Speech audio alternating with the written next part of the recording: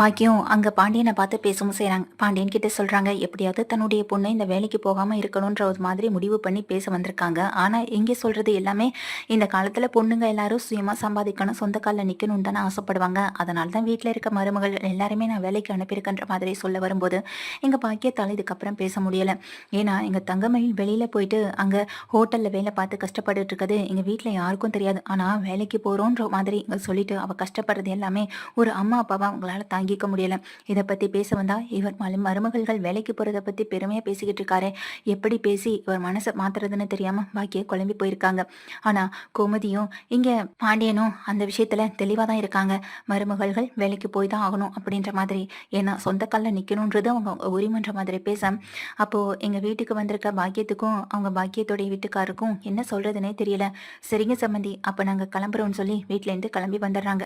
என்னங்க இவர்கிட்ட பேசி இவர் மனசை மாத்தி நம்ம பொண்ணை வீட்டிலே இருக்க வச்சிடலான்னு நினைச்சிட்டு இருந்தா, இப்படி இவர் மேலும் மேலும் இதே பத்தி பேசி நம்மளை பேச விடாம செஞ்சுட்டே இருக்காரே, அடுத்து என்னதாங்க பண்ண போறோம்? பாவம் தங்கம்மை வெளியில போய் அவ கஷ்டப்பட்டுட்டு இருக்கா. அவளுடைய கஷ்டத்துக்கெல்லாம் என்னைக்குதான் விடிவு காலம் பிறக்குமோ எனக்கு தெரியவே இல்லைன்னு சொல்றாங்க. இங்க பாரு, நிச்சயமா ஒரு நாள் அங்க அவ மாட்டிக்கிறது உறுதி. அதுக்கு முன்னாடி ஏதாவது ஒன்று செஞ்சு அவளை அந்த வேலையை விட்டு நிறுத்துற மாதிரி ஏதாவது ஒன்று பண்ணி ஆகணும். வீட்டில் இருக்கவங்களே அவளை வேலைக்கு போக வேண்டாம்னு சொல்ற மாதிரி ஏதாவது ஒன்று நடந்தாகணும் அப்படின்னு சொல்றாங்க. இதை கேட்டுட்டு இங்க பாக்கியமும் யோசிக்கிறாங்க. எனக்கும் மனசுக்கு எதுவுமே திருப்திப்படாம இருக்கு, சந்தோஷம் இல்லாம ரொம்ப கவலையா இருக்கு. போகும்போதே நம்ம கோவிலுக்கு போயிட்டு வரலான்னு சொல்லி என்ன பண்றாங்க, எங்க பாக்கியம் தன்னுடைய வீட்டுக்கார கூட்டிட்டு நேரா கோவிலுக்கு போறாங்க. கோவில்ல போய் அர்ச்சனை பண்றாங்க தங்கமயில் பேரல. தங்கமயிலுக்காக அங்க கடவுள்கிட்ட நல்லா பிரார்த்தனை பண்ணிக்கிட்டு அங்க வந்து பிரகாரத்தை சுத்திட்டு வந்து உட்காரவும் செய்றாங்க. அடுத்து சுடர் வேற இருக்கா. இப்படி இவ படுற கஷ்டமும் நம்ம சொன்ன பொய்யும் அடுத்த இங்க சுடர் வாழ்க்கையும் பாதிச்சிருமோன்னு நமக்கு ரொம்ப பயமா இருக்கு. ஏன்னா நம்ம சொன்ன பொய்யே எல்லாமே இங்க யாருக்கும் எதுவும் தெரியாது. இப்போ அடுத்து சுடர் படிச்சிட்டு இருக்கா. அவ படிச்சு முடிச்சதும் அவளுக்கு ஒரு நல்ல வேலை கிடைச்சதுக்கு பிறகாவது அவளை கல்யாணம் பண்ணி கொடுக்கலான்னு நான் நினைக்கிறேங்க. நீங்க என்ன சொல்றீங்க அப்படின்னு கேட்க, நானும் அதே யோசனையில தான் இருக்கேன். இப்போ இந்த வீட்டுல மட்டும் இன்னொரு பையன் இருந்தார்னா நிச்சயமா நம்ம சுடரையும் இவங்க தலையிலேயே கட்டி வச்சிடலாம். என்ன பண்றது, 3 பசங்களுக்கும் தான் இப்போ கல்யாணம் ஆயிடுச்சுன்னு சொல்ல, தேவையில்லாம பேசாதீங்க. ஒரு பொண்ணை கொடுத்தே நம்ம படாத பாடு பட்டுட்டு இருக்கோம், அடுத்த பொண்ணையும் இதே வீட்டுல கொடுக்கணுமா அப்படின்னு சொல்லி இங்க திட்டிட்டு இருக்காங்க.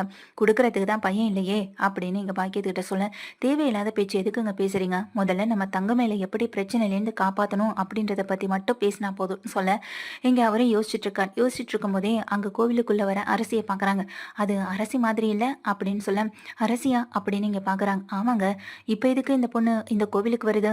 காலேஜுக்கு தானே இந்த டைம்ல போயிருப்பான், இந்த டைம்ல கோவிலுக்கு வந்துட்டு இருக்கேன் அப்படின்னு சொல்லி கேட்க, எனக்கும் அதான் புரியல. ஒருவேளை தான் ஃப்ரெண்ட்ஸ் கூட சேர்ந்து இங்க வந்திருக்கலாம்ல அப்படின்னு சொல்லும் போதுதான் எங்க பக்கத்துல சுகன்யாவும் வராங்க. இது அந்த பழனியை கட்டிக்கிட்ட அந்த பொண்ணு தானேன்னு சொல்ல, ஓ இவங்க 2 பேர் தான் வராங்களா, நான் வேற அந்த பொண்ணு வேற யாரையும் கூட்டிட்டு வந்திருக்குமோன்னு நானும் நினைச்சேன் பாக்கியத்திட்ட சொல்ல, சேச்சே நம்ம சம்மந்தி வீட்டு பொண்ணு, நம்ம சம்மந்தி வீட்டு பொண்ணு எதுக்காக தப்பு பண்ண போகுது அப்படின்னு சொல்ல, இல்லைங்க எனக்கும் அந்த எண்ணம் தோணுச்சுதான், இருந்தாலும் எல்லா வயசு பொண்ணுங்களுக்கு இருக்கிற அந்த எண்ணங்கள் இருக்கத்தானே செய்யும்னு சொல்ல, சரி கோமதி நம்ம போய் பேசுவோமான்னு சொல்ல, இப்போ இருக்க மனநிலைமைக்கு அந்த பிள்ளைகிட்ட போய் பேசி என்ன ஆக போகுது, நம்ம பொண்ணோட வாழ்க்கையை அந்த ரகத்துல தொங்கிட்டு இருக்கு, அவள் வாழ்க்கையை எப்படி சரி பண்ணுறதுன்னு தெரியாமல் நமக்கு அந்த கவலையை வேற இருக்குது அப்படின்னு இங்கே பேசிக்கிட்டே இருக்காங்க. உள்ள வர இங்கே சுகன்யாவும் சரி அரசியும் சரி அங்கே கோவிலில் உட்காந்துருக்க பாக்கியத்தையும் இல்லை பாக்கியத்தோட ஹஸ்பண்டையும் கவனிக்கவே இல்லை. அந்த கோவிலை சுற்றுறாங்க. என்ன இவங்க 2 பேரும் கோவிலுக்கு சாமி கும்பிட வந்தாங்கன்னு பார்த்தா இந்த பிரகாரத்தை சுற்றி வர்றது இப்படி தானே சுற்றி வருவோம், ஆனால் இவங்க என்ன வேற மாதிரி சுற்றுறாங்க, கோவிலில் இப்படி சுற்றக்கூடாதே, சரி என்னென்னு நான் போய் பார்க்குறேன்னு பாக்கியத்தோட வீட்டுக்கார் பின்னாடியே போகிறாங்க. இந்த மனுஷனுக்கு என்னத்தை சொன்னாலும் புரியாது, நம்ம வாழ்க்கையே இப்படி இருக்கு, இவர் என்னடானா அந்த பிள்ளை என்ன பண்ணுதுன்னு வேவு பார்க்க போறாரு இந்த மனுஷனு அப்படின்னு சொல்லி இங்க ரொம்ப கோவத்தோட உட்காந்துக்கிட்டு இருக்காங்க. அந்த நேரத்துல அங்க பின்னாடியே போனவரும் அங்க அரசியையும் பின்னாடி சோனியாவையும் போயிட்டு இருக்கத பின்னாடி பார்த்துட்டே போறாங்க. அந்த நேரத்துல தான் அங்க குமார் நிக்கிறாரு. அங்க குமார் பக்கத்துல அரசியும் நிக்கிறாங்க. போய் அரசியை கொண்டு விட்டுட்டு சுகன்யா வந்து தனியா நிக்க, இதை பார்த்துட்டு ஓடி வராங்க இங்க பாக்கியத்துடைய ஹஸ்பண்ட். ஓடி வந்து பாக்கியத்திட்ட சொல்லுங்க, ஏ பாக்கியம் பாக்கியம்னு சொல்ல வரும்போது, என்னையா கோவிலில் வந்து உன் தொந்தரவு தாங்கல, கொஞ்ச நேரம் அமைதியாக ஒரு இடத்துல உட்காந்துருக்கியா, வேவு பார்க்க போறேன்னு சொல்லி பின்னாடியே போற, அவங்க எதுக்கு கோவிலுக்கு வந்திருக்க போறாங்க, கோவிலுக்கு சாமி கும்பிட தானே வருவாங்கன்னு சொல்ல, அதுதான் இல்லை அப்படிங்கிறாங்க. வேற என்னத்துக்கு வந்திருக்காளுங்க அப்படின்னு சொல்லிங்க கேட்க, அதான் ஏன் அந்த பொண்ணு அரசி இருக்குல்ல, எதிர்த்த வீட்டில் ஒரு பையன் இருக்கானே என்னைய கூட கட்டி வச்சு அடிக்க வந்தால அந்த மோசக்கார பையன், அந்த குமார் கிட்ட பேசுறதுக்காக அப்படின்றதுக்காக தான் இந்த பொண்ணு தனியா கூட்டிட்டு வந்து இங்க விடவும் செஞ்சிருக்குன்னு சொல்ல. என்னையா சொல்றேன்னு எங்க பாக்கியம் அதிர்ச்சியாக, அட ஆமா பாக்கியம், நான் இப்ப பார்த்துட்டு வந்து தானே சொல்றேன்னு சொன்னதுக்கு பிறகு இங்க பாக்கியமா அவங்க வீட்டுக்காரும் அங்க நேரா போறாங்க. போய் பார்த்தா அரசி அந்த குமார் கூட சிரிச்சு சிரிச்சு பேசிக்கிட்டு இருக்க. பக்கத்துல சுகன்யா தனியா நின்னுட்டு இருக்காங்க. என்னையா இது இது வீட்டுக்கு தெரியாம இந்த பிள்ளை இப்படியெல்லாம் பண்ணுது. இந்த விஷயம் சம்மந்தி வீட்டுக்கு தெரிஞ்சா எவ்வளவு கையப்படுவாங்க. இதெல்லாம் தெரியாமலா இந்த பிள்ளை இப்படி குமார் கிட்ட வந்து பேசிக்கிட்டு இருக்கு அப்படின்னு சொல்லவும் செய்றாங்க. ஆனா அதுக்கு துணையா யார் பாத்தியா, புதுசா பழனியை கல்யாணம் பண்ணிட்டு வந்து இந்த சுகன்யான்ற ஒரு பொண்ணு தான். அதையும் நல்லா பாருன்னு சொல்ல, அட ஆமாயா இது என்னய்யா இவ்வளவு பெரிய கூத்தா இருக்குன்னு சொல்லி என்ன பண்றாங்க, நேரா சுகன்யா பக்கத்துல போய் போறாங்க. ஆனா சுகன்யாவுக்கு இவங்க ரெண்டு பேரும் சரியா யாருன்னு தெரியல. எங்களை யாருன்னு தெரியுதாமான்னு சொல்ல, இப்படி ஏன் முன்னாடி வந்து நின்று யாருன்னு தெரியுதான்னு கேட்டா, முன்னாடி நிக்கிறவங்கள தெரியாமலா இருக்கும், எனக்கு கண்ணெல்லாம் நல்லா தெரியுதுன்னு சுகன்யா சொல்ல, இவளுக்கு கொஞ்சம் வாய் ஓவரா தான் இருக்கும்னு நினைச்ச பாக்கியம், நாங்க தான் தங்கமயிலுடைய அம்மாவும் அப்பாவும் சொல்றாங்க. இதை கேட்டு சுகன்யா அதிர்ச்சியில நிக்க, ஓ அப்படிங்களா, எப்படி இருக்கீங்கம்மா, எப்படி இருக்கீங்க, நான் உங்களை சரியா பார்த்தது இல்லையா, அதனால தான் இப்படி பேசிட்டேன், தப்பா நினைச்சுக்காதீங்க அப்படின்னு சொல்லவும் செய்றாங்க. ஆமா இங்க என்ன பண்ணிட்டு இருக்கீங்கன்னு சொல்ல, கோவிலுக்கு வேற என்னத்துக்கு வருவாங்க, சாமி கும்பிட தானே வருவாங்கன்னு சுகன்யா சொல்ல, சரி சாமி கும்பிட வந்ததெல்லாம் சரி, ஆனா சாமி கும்பிட வந்த இடத்துல சாமி கும்பிடுறதை விட்டுட்டு வேற எல்லா வேலையும் பார்த்துக்கிட்டு இருக்கேன்னு சொல்ல, என்ன சொல்றீங்க இங்கன்னு அதிர்ச்சியில அங்க அப்படியே சுகன்யா பார்த்துட்டு இருக்கேன். இல்ல இங்க அரசியை கூட்டிட்டு வந்து கொஞ்சம் கூட சம்மந்தமே இல்லாத அந்த குமார் வீட்டு அதான் எதிர்த்து வீட்டு பையன் அந்த குமார் கூட பேச விட்டுருக்கே, அதை தான் நானும் பார்த்தேன்னு சொல்லும்போது அங்க இருக்க அரசி இதை பார்த்து அதை கவனிச்சிடறாங்க. அதிர்ச்சியில எங்க பக்கத்துல வராங்க. ஏ அரசி என்ன பண்ணிட்டு இருக்கீங்கன்னு சொல்ல, அது வந்து அத்தை அப்படின்னு ரொம்ப தயக்கப்படுறாங்க. சொல்லுடி என்னடி பண்ணிட்டு இருக்கீங்கன்னு ரொம்பவும் கேக்குறாங்க. அது இல்லைங்க அத்தை அப்படின்னு இங்க சொல்லும்போது, வீட்டுக்கு வா அப்படின்னு தரதரன்னு எங்க பாக்கியம் என்ன பண்றாங்க, கையை பிடிச்சு எழுதிட்டு போக, ஏங்க விடுங்கங்க, என்னமோ அவங்க ரெண்டு பேரும் பேசினா தப்பாதான் பேசுவாங்களா என்ன, அதெல்லாம் ஒண்ணும் இல்லைங்க அப்படின்னு சொல்ல, அது உங்க முகத்தை பார்த்தாலே தெரியுது, இப்படி திருட்டு வேலை பார்த்து பண்ணிட்டு மறைக்கிறவங்களுக்கும் இப்படி முகத்தை வச்சிருக்கவங்களுக்கும் வித்தியாசம் தெரியாதா என்ன, அந்த அளவுக்கு முட்டாலாம் நாங்க கிடையாது அப்படின்னு சொல்லி இங்க பாக்கியம் என்ன பண்றாங்க, ரெண்டு பேரையும் ரெண்டு கையில பிடிச்சு தரதரன்னு வீட்டுக்கு கூட்டிட்டு போறாங்க. நீ எல்லாம் ஒரு பொண்ணான்னு சொல்லி இங்க திட்டியே கூட்டிட்டு போறாங்க.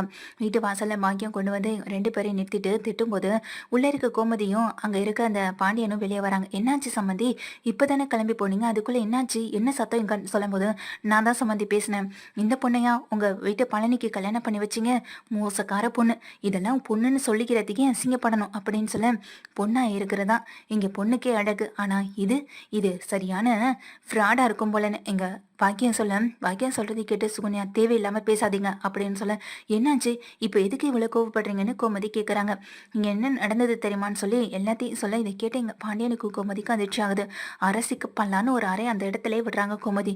ஏண்டி என்ன தைரியம் தான் எதிர்த்த வீட்டுல இருக்கு அந்த குமார் கூட போய் நீ பேசிக்கிட்டு இருப்ப, அப்போ இங்க வழிய வழிய போன் பேசினது அன்னைக்கு கோவில்ல பார்த்ததான் அப்பா வந்து சொல்லிக்கிட்டு இருந்தது எல்லாமே நீ தானடி அப்படின்னு சொல்ல, ஐயோ அம்மா என்ன அடிக்காதம்மா, நான் வேண்டாம் வேண்டான்னு தான் சொன்னேன், ஆனா இந்த குமார் தான் கேட்கல, நம்ம ரெண்டு குடும்பமும் ஒன்று சேர்னா நம்ம ரெண்டு பேரும் கல்யாணம் பண்ணிக்கிட்டா தான் நடக்கும்னு சொன்னான், நானும் நம்ம ரெண்டு குடும்பமும் ஒன்று சேரணுன்றதுக்காகவும் நம்ம வீட்லேயும் வேற எந்த பிரச்சனையும் அவங்களால வரக்கூடாது அப்படின்றதுக்காக தாம்மா நானும் அமைதியாக போனேன் அப்படின்னு சொல்ல, ஏண்டி இப்படி சொல்றதுக்கு உனக்கு அசிங்கமா இல்லை, எப்படி அவன் சொல்றதை நம்பி அவன் பின்னாடி போக ஆரம்பிச்சேன், ஏம்மா அத்தை தாம்மா எனக்கு உதவி பண்ணாங்க சொல்ல, பாத்தீங்களா சம்மந்தி, ஒரு அடி போட்ட உடனே எல்லா உண்மையும் கக்கிட்டா, எப்படி சம்மந்தி அந்த வீட்டு பையனுக்கு எப்படி நம்ம அரிசி கல்யாணம் பண்ணி கொடுக்க முடியும், அந்த வீட்டு பையன் எப்படின்னு ஊர்ல எல்லாருக்குமே நல்லா தெரியும், அன்னைக்கு யதார்த்தமா வந்து என் புருஷனை கட்டி வச்சு அடிச்சவன், வயசுல மூத்தவன் கூட பார்க்காம, அப்படிப்பட்ட ஒருத்தனை எப்படி இந்த அரசி நம்பி ஏமாறான்னு எனக்கு தெரியவே இல்லை, ஆனா இதுக்கெல்லாம் துணை நிக்கிறது இதோ இந்த சுகன்யா தான் அப்படின்னு சொல்றாங்க. என்னம்மா சுகன்யா நீயா இப்படியெல்லாம் பண்ணன்னு சொல்ல, அது இல்ல அத்தாச்சி, நமக்கு சொந்தக்கார பையன் வேற, அதுவும் குமார் எனக்கு சின்ன வயசுலேருந்து நல்லா தெரியும், நல்ல பையன் தானே அத்தாச்சின்னு சொல்ல, போதும் அவ்வளவுதான் உனக்கு மரியாதை, இதுக்கப்புறம் இந்த குடும்ப விஷயத்துல தலையிட்ட அப்புறம் நடக்கிறதே வேற, நீ இப்ப வந்தவ, உனக்கு என்ன தெரியும் அந்த குடும்பத்தை பத்தியும் அந்த குடும்பத்துல நடந்த விஷயத்த பத்தியும், இல்ல எனக்கும் என் அண்ணனுங்களுக்கும் இருக்கிற பிரச்சனையை பத்தி தான் உனக்கு என்ன தெரியும், இதுல தேவையில்லாம அரசு இழுத்து விட்டு நீ பண்ற வேலை எனக்கு பிடிக்கவே இல்லைன்னு சொல்றாங்க.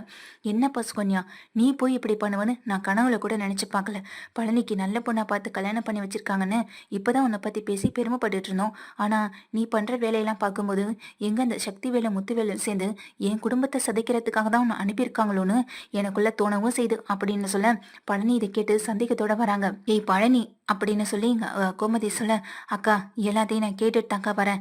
இப்பதானக்கா நானும் வீட்டுக்கு வந்தேன். சுகன்யா எங்கன்னு கேட்டபோது, சுகன்யா வெளியில மார்க்கெட்டுக்கு போயிருக்கதா சொன்னேன். ஆனா இவங்க 2 பேரும் கோவில்லேருந்து வராங்க. என்னம்மா அரசு இதெல்லாம்? அன்னைக்கு உன்னைய பசங்கள விட்டு இங்க அவன் காப்பாத்துறதா நடிச்சதும், அன்னைக்கு அந்த பசங்கள விட்டு உன்னைய டீஸ் பண்ண சொன்னது எல்லாமே இவன் தான்.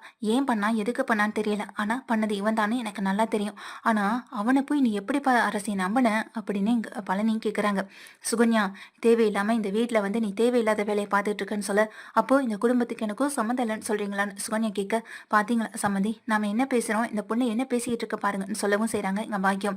தேவையில்லாம நீங்க தான் எங்க குடும்ப விஷயத்துல வந்து தலையிட்டு இருக்கீங்க. நானும் அரசியும் என்னமோ பண்றோம், அதை நீங்க பார்த்தது மட்டும் இல்லாம வீட்டுக்கு கூட்டிட்டு வந்து என்னை கேவலப்படுத்துறீங்கன்னு சொல்லும்போது, எங்க பழனி என்ன பண்றாங்க, சுகன்யாவுக்கு பல்லான்னு ஒரு அறையப்படுறாங்க. வயசுக்கு மூத்தவங்களை கை நீட்டி பேசுறதே தப்பு. அதுவும் இந்த வீட்டு சம்மந்தி அவங்க முன்னாடி இப்படி கை நீட்டி பேசி அவங்களை அசிங்கப்படுத்திட்டு இருக்க. உனக்கெல்லாம் என்னடி மரியாதை கொடுக்கணும்? வீட்டில் ஒவ்வொரு நாளும் நீ என்னைய பண்ற டார்ச்சல் பார்த்தாதுன்னு இப்போ என் குடும்பத்தில் இருக்க எல்லாரையுமே டார்ச்சல் பண்ற அளவுக்கு ஒரு பெரிய விஷயத்த பண்ணிட்டு இருக்கல. இந்த எண்ணத்தோட தான் இந்த வீட்டுக்கு வந்தனா, இந்த வீட்டுக்குள்ள நீ வரவே வேணாம். இப்பவே நீ உன் வீட்டுக்கு போனாலும் சரி, இல்லை அதை அந்த எதிர்த்த வீட்டில் போய் உட்காந்துக்கிட்டாலும் சரின்னு சொல்ல, இங்க உடனே சுகன்யா சொல்றாங்க, "ஓ, அந்த அளவுக்கு உனக்கு தைரியம் வந்துடுச்சா?" அப்படின்னு சொல்ல, "நான் எதுக்கடி உன்கிட்ட அடங்கி போகணும்? நான் எப்போதுமே தைரியமானவதான். உன்கிட்ட அடங்கி போகணும்னு நான் நினைச்சு கூட பார்த்ததில்ல. ஊனா போதே அப்படி கஷ்டப்படுறாளேன்னு நினைச்சா, ஆனா நீ பண்ற வேலைக்கு உனக்கு எதுக்கடி நான் மரியாதை கொடுக்கணும்?" அப்படின்னு கேக்குறாங்க. இதை கேட்டு சுகன்யா ஆடி போய் நிக்கிறது மட்டும் இல்லாம, "நான் போலீஸ் ஸ்டேஷன் போவேன்னு சொல்ல, தாராளமா போ.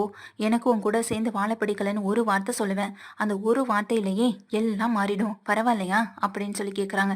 "டேய் பழனி, என்னடா நீ இப்படியெல்லாம் பேசுறேன்னு கோமதியும் பாண்டியன்னு சொல்ல, போதும், இதுக்கப்புறம் என் வாழ்க்கையில கல்யாணம்ன்ற பேச்சுக்கு என்ன வேண்டாம். கல்யாணம் பண்ண அது இதோட முடிஞ்சிட்டுன்னு நான் வாழ்ந்துட்டு போயிடுவேன். கல்யாணத்தை பண்ணி கஷ்டப்பட்டுட்டு இருக்கிறதுக்கு நிம்மதியாக சந்தோஷமா தனியாகவே வாழ்ந்துட்டு போயிடலாம். இவ கூட எனக்கு ஒவ்வொரு நாளும் ரோதனையாக இருக்குக்கா. இவ கூட வாழ்றதே வேஸ்ட்டுன்னு எனக்கு இப்போ தெரிஞ்சிடுச்சு. இந்த வீட்டுக்கு வந்ததே ஒருவேளை அந்த குமாரும் அந்த சக்திவேல் அண்ணனும் போட்ட பிளானாக தான் இருக்கும்னு எனக்கு தோணுது. அவங்க தான் இந்த குடும்பத்தை பிரிக்க ஏதாவது பிளான் பண்ணி இவளை அனுப்பியிருக்காங்கன்னு தோணுது. எனக்கு கல்யாணம் நடக்கணும்னுலாம் என் அண்ணனுங்க ஒரு நாள் ஆசைப்பட்டதே கிடையாது. என்னடா ஒரு பொண்ணை கூட்டிட்டு வந்து நிறுத்தின்னு கல்யாணத்தை பண்ணி வச்சாங்களே நினைச்சா இப்போதானே அதோட அர்த்தமே தெரியுதுன்னு எங்க பழனிவேல் சொல்ல, சுகன்யா தலையை கீழே போட்டுட்டு நிற்கவும் செய்கிறாங்க. "இதுக்கப்புறம் இந்த வீட்டுக்குள்ளே ஒரு அடி எடுத்து வைக்கன்னு கூட நினைக்காத. இந்த நிமிஷமே வீட்டை விட்டு வெளியே போ" அப்படின்னு சொல்லி இங்கே பழனி திட்டுறாங்க. "டேய் பழனி, நான் சொல்கிறத கேளுடான்னு" பாண்டியன் சொல்ல, "வேணாம் மச்சா, இது நாள் வரைக்கும் நீங்கள் சொல்கிற எல்லா பேச்சையும் நான் கேட்டு நடந்துட்டேன்ல. ஆனால் இதில் மட்டும் நான் சொல்கிறத நீங்கள் எல்லாரும் கேளுங்க. தயவு செஞ்சு என்னை யாரும் கட்டாயப்படுத்தாதீங்கன்னு" பழனிவேல் தான் எடுத்த முடிவில் தெளிவாக இருக்கவும் செய்கிறாங்க.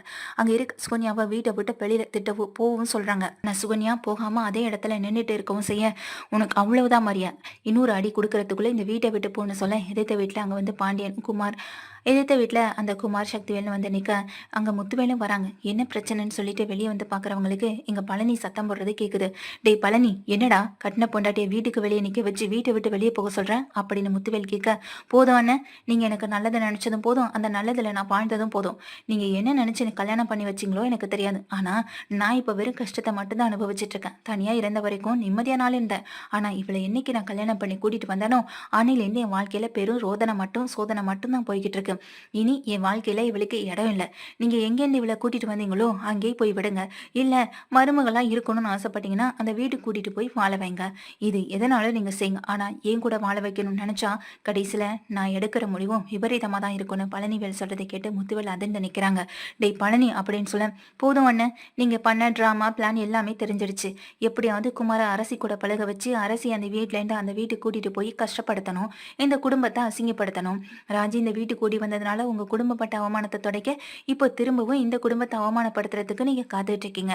இது எல்லாமே தெரியாத அளவுக்கு நாங்க யாரும் முட்டாள் இல்ல. அதுக்கு சுகன்யாவை யூஸ் பண்ணிக்கிறீங்கன்னு நல்லாவே தெரிஞ்சு போச்சு. ஏய் சுகன்யா, நீ நடிக்க வந்தல, நடிக்க வந்ததுக்கான பணத்தை வாங்கிக்கிட்டு கிளம்பு.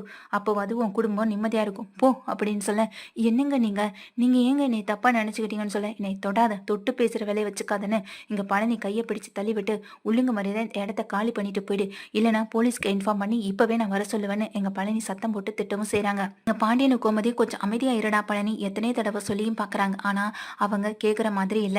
ஏன்னா இந்த எடுத்த முடிவுல தெளிவா தான் இருக்காங்க. எங்க பழனிவேல் சொல்றதெல்லாம் சொல்லிட்டு திட்டிட்டு அங்க உள்ளேயும் போயிடுறாங்க. கூடவே தான் அக்கா மாமா 2 பேரையும் உள்ள கூட்டிட்டு போக, பாக்கியமும் காரி துப்பிட்டு, "ஒரு பொண்ணா நீ கோவில்ல போய் என்ன செய்யணும் என்ன செய்யக்கூடாதுன்னு தெரியாது, இப்படி 2 பேரையும் பழக வச்சு வீட்டையும் இந்த குடும்பத்தையும் பிரிக்க பிளான் பண்ற நீ எல்லாம் உன்னால எப்படி அந்த கடவுள் மன்னிப்பாருன்னு எனக்கு தெரியவே இல்லைன்னு" பாக்கியமும் திட்டிட்டு போக, கூனி குறுகி அவமானம் அவமானத்தில் நின்றுட்டே இருக்காங்க இங்க சுகன்யாவும். பத்தாததுக்கு இங்க சுகன்யாவை கொண்டு வந்து விட்டதுக்காக முத்துவேல் சக்திவேல்னு ஒரு பக்கம் நிக்க எங்க அரசியை இடிச்சு இழுத்துட்டு போறத இங்க குமாரும் பாக்குறாங்க. ஆனா அரசி இங்க குமாரை ஏறெடுத்து கூட பார்க்கல. தலையை கீழே போட்ட மாதிரி அவங்க அம்மா பிடிச்சு இழுத்துட்டு போறதுனால தரன்னு அவங்களும் உள்ள போயிடுறாங்க.